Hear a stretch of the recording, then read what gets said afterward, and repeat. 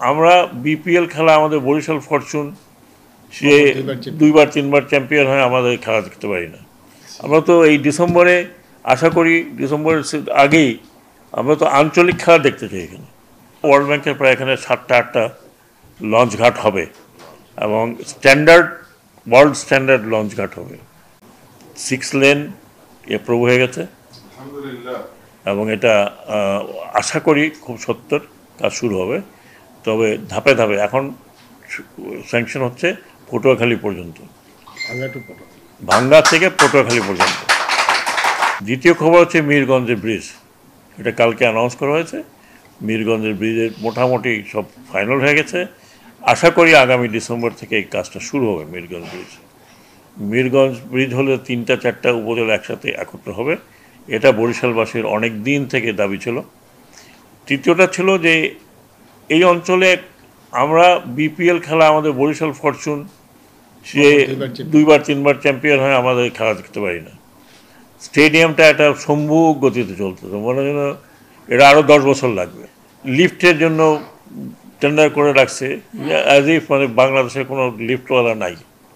Shiny চুলে এখন হবে সব হেয়ারস্টাইল। সিল্কোর দ্বিগুণ শাইনি চুল প্রতিদিন।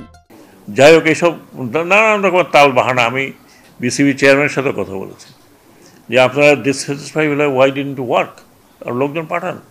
আমরা তো এই ডিসেম্বরে আশা করি ডিসেম্বরের আগেই আমরা তো আঞ্চলিক খেলা দেখতে চাই। এখানে প্রয়োজন হলে হয়তো আমাদের এখানে অ্যাকোর্ডেড ফ্যাসিলিটি নাই, ইমিডিয়েটলি হয়তো ইন্টারন্যাশনাল গেম হবে না, কিন্তু বিপিএল তো হইতে পারে।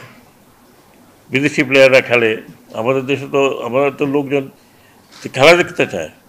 ওয়ার্ল্ড ব্যাংকের প্রায় এখানে 7টা-8টা লঞ্চ ঘাট হবে এবং স্ট্যান্ডার্ড ওয়ার্ল্ড স্ট্যান্ডার্ড লঞ্চ ঘাট হবে। কারণ আমাদের দক্ষিণবঙ্গে যতই যা হোক, এই নৌ চলাচল তো বন্ধ থাকবে না, নৌ চলাচল চলবে। আমি অ্যাজ এ উপদেষ্টা নৌ মন্ত্রণালয় হিসাবে বলছি, আমি আরও নতুন নতুন রুট খুলতে চাই যদি কেউ থাকেন করার জন্য।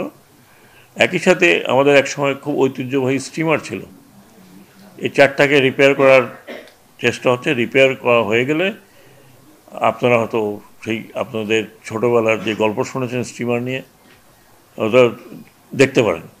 ঐতিহ্যবাহী বরিশালের একমাত্র উদ্যান।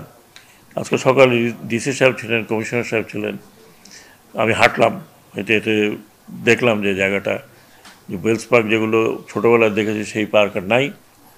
এটাকে যত যত যেভাবেই হোক এটা নান্দনিক, লোকজন হাঁটছে, ডেফিনেটলি হাঁটবে, কিন্তু একটা নান্দনিক পরিবেশ যাতে সৃষ্টি হয়।